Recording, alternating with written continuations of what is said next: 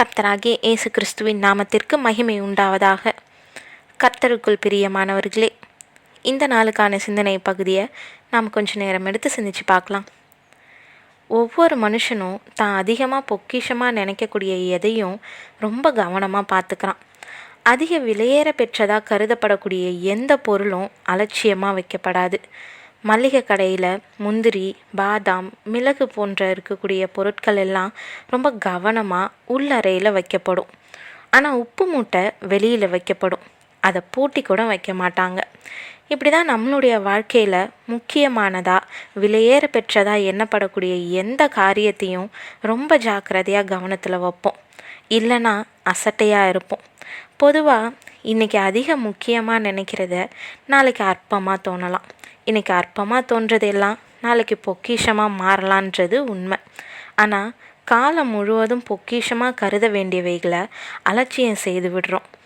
அழியக்கூடியவைகளையும் மாறக்கூடியவைகளையும் பெருசாக நினச்சி வாழ்கிறவங்களாக நாம் இருக்கிறோம். நீங்கள் எதையெல்லாம் பெருசாக இல்லை ரொம்ப முக்கியமானதாக மதிக்கிறீங்கன்றதை இன்றைக்கி ஒரு சின்ன ஆய்வு செஞ்சு பாருங்களேன்.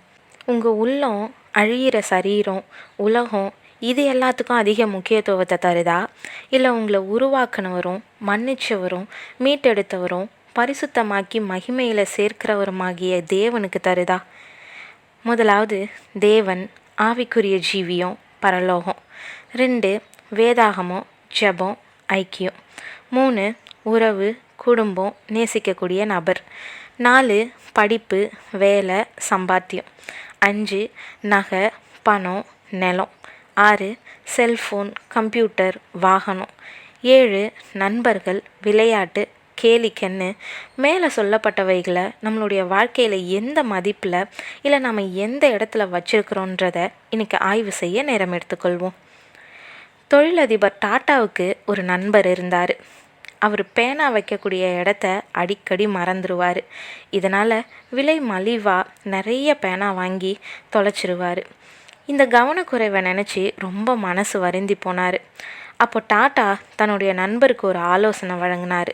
ரொம்ப விலை உயர்ந்த பேனா ஒன்று வாங்கிக்க சொன்னார். அதன்படியே 22 கேரட் தங்கத்தால் ஆன பேனா ஒன்று வாங்கினார். அதுக்கப்புறம் 6 மாதம் கழித்து டாட்டா அந்த நண்பரை சந்தித்தார். பேனா மறதியை பற்றி விசாரித்தார். அவர் கொடுத்த ஆலோசனை ரொம்ப பயனுள்ளதாக இருந்ததாக சொன்னார். அந்த தங்க பேனாவை தான் ரொம்ப கவனமாக வச்சுக்கிறதாவும் அதை எப்பயுமே பிரிகிறது இல்லைன்னு சொன்னார். முன்னாடி இருந்ததை விட தன்னுடைய செயல்பாடுகளில் நல்ல முன்னேற்றம் இருக்கிறதாவும் இப்போ எல்லாம் மறதின்றதே இல்லைன்னும் தெரிவித்தார். பிரியமானவர்களே, இதுதான் நம்மளுடைய வாழ்க்கையிலையும் நடந்துக்கிட்டு இருக்குது. ஒரு பெண் தன் ஆபரணத்தையும் ஒரு மணவாட்டி தன் ஆடைகளையும் மறப்பாலோ, என் ஜனங்களோ எண்ணி முடியாத நாட்களாக என்னை மறந்து விட்டார்கள்னு எரேமியா 2:32 தன்னை வெகு நாட்களாக மறந்துட்ட இஸ்ரவேல் மக்களை பார்த்து தான் இந்த கேள்வியை கேட்டார். இவங்க தினமும் பலி செலுத்தினாங்க, மத சடங்காச்சாரத்தை கடைப்பிடிச்சாங்க. இது எல்லாம் அவங்க தேவைக்காக செஞ்சாங்க. தேவனை பிரியப்படுத்தவோ தேவ மகிமைக்காகவோ செய்யலை. நித்தியமான தேவன் அழைச்ச அழைப்பையும் அவர் அளித்த வாக்கு தத்தத்தையும் பெருசாக நினச்சி அவர் கற்பனைகளை கை கொண்டு வாழக்கூடிய வாழ்க்கையை மறந்தே போயிட்டாங்க. இன்றைக்கி நாமளும் கூட நித்தியத்தை விட அனித்தியத்தை அதிக மகிமையாக என்றதுனால தேவனையும் அவருடைய சித்தத்தையும் மறந்துடுறோம். நித்திய ஜீவனுக்கு ஏதுவான கிரியைகளை விட்டு அழிந்து போகிற காரியங்களுக்காக அதிக முக்கியத்துவத்தையும் பிரயாசத்தையும் கொண்டிருப்போம்னா நம்மளை விட பரிதபிக்கப்பட்டவங்க வேற யாருமே இல்லை. இன்றைக்கி கிறிஸ்துவனுடைய பெயரை தரிச்சுக்கிட்டு அவரை விட்டு தூரப்பட்டு மாயையை பின்பற்றி வீணராக வாழ்ந்துட்டுருக்கிறவங்க தான் அதிகம் பேர். கடமைக்கு வேத வாசிப்பு, கடமைக்கு ஜெபம், கடமைக்கு சபை கூடுதல்னு எல்லாம் இயந்திரத்தனமாக தான் இன்றைய கிறிஸ்தவ வாழ்வு இருக்குது. இதை நாம் கொஞ்சம் சிந்திச்சு பார்ப்போம். உலக வாழ்வினை வியந்து பார்க்கிறாய், நிமிஷ சந்தோஷம் நிலைக்கும் என்கிறாய், பாவ வழிகளை விரும்பியே படைத்த தேவனை மறந்துட்டாய்ன்ற பாடல் வரிகளை நினைவில் கொள்வோம். தேவனுக்கு அதிக முக்கியத்துவம் கொடுப்போம்.